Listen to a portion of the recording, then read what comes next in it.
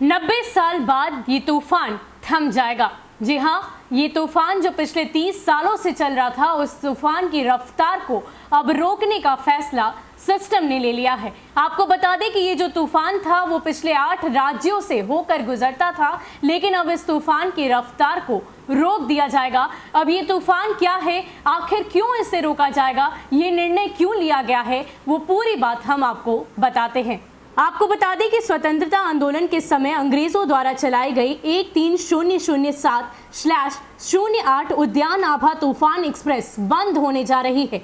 1 जून 1930 से हावड़ा श्री गंगानगर तक चलने वाली यह ट्रेन सबसे लंबी दूरी की ट्रेनों में से एक थी। हावड़ा से 1978 किलोमीटर लंबी दूरी तय करते हुए 45 घंटे 25 मिनट में श्री गंगानगर पहुंचती थी। अपने समय की सबसे तेज गति से चलने वाली ट्रेनों में ये ट्रेन शुमार थी। भले ही लंबी दूरी की थी, लेकिन इसमें सवार होने वाले अधिकांश यात्री स्थानीय होते थे।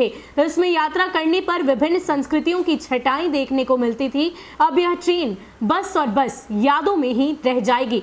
रेलवे बोर्ड की ओर से इस ट्रेन के परिचालन की अस्थायी रूप से बंद करने का निर्णय लिया गया है। ट्रेन 19 मई से अस्थायी रूप से निरस्त चल रही है। उद्यान आभा तूफान एक्सप्रेस 8 राज्यों पश्चिम बंगाल, झारखंड, बिहार, उत्तर प्रदेश, हरियाणा, दिल्ली, पंजाब एवं राजस्थान होते हुए हावड़ा से श्री गंगानगर तक पहुंचती है। वर्तमान में 110 किलोमीटर प्रति घंटा और औसतन 44 किलोमीटर प्रति घंटा की रफ्तार से चलती थी। अब यह ट्रेन 1978 किलोमीटर की दूरी 45 घंटा 25 मिनट में 110 स्टेशनों पर रुकते हुए तय करती थी। वहीं डाउन में यह 107 स्टेशनों पर रुकते हुए इतनी ही दूरी 46 घंटा 20 मिनट में तय करती थी। इस ट्रेन में AC3, AC2 स्लीपर कोच के साथ ही बड़ी संख्या में जनरल बोगियां लगी रहती थी। इतनी लंबी दूरी की ट्रेन में कोई पेंट्री कार नहीं था। लोगों की माने तो उनका कहना है कि जब यह ट्रेन शुरू हुई थी तो काफी कम स्टेशनों पर रुकती थी।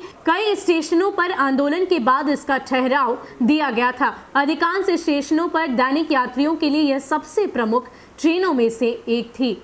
तो आपको बता दें कि उद्यान आभा तूफान एक्सप्रेस जो पिछले 30 सालों से अंग्रेजों के वक्त से ही चलाई जा रही थी, अब उसकी रफ्तार को थाम दिया जाएगा। अस्थायी रूप से इस ट्रेन को रोक दिया जाएगा। अब इस ट्रेन का परिचालन नहीं होगा। आपको बताते चले कि ये जो ट्रेन थी वो 8 राज्यों से गुजरती थी। पश्चिम बंगाल, बिहार समेत कई सारे ऐसे राज्य थे जिससे ये ट्रेन होकर गुजरती थी, लेकिन अब ये ट्रेन सिर्फ और सिर्फ यादों में ही रह जाएगी। फिलहाल के लिए इतना ही। ऐसे ही अपडेट्स के लिए आप हमारे साथ बने रहिए और देखते रहिए न्यूज़ फॉर नेशन। नमस्कार।